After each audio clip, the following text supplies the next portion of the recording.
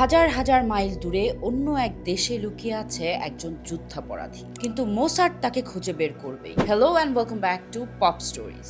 আজ বলবো ইতিহাসের সবচেয়ে দুঃসাহসিক অপহরণ, অপারেশন ফিনিক্সের গল্প। দ্বিতীয় বিশ্বযুদ্ধের পর কুখ্যাত ন্যাৎসি অফিসার অ্যাডলফ আইকম্যান নাম বদলে আর্জেন্টিনায় গা ঢাকা দেন, কিন্তু 1960 সালে মোসাদ তার সন্ধান পেয়ে যায়। আর্জেন্টিনায় সার্বভৌমত্ব লঙ্ঘন না করে তাকে আইনিভাবে ধরা ছিল অসম্ভব।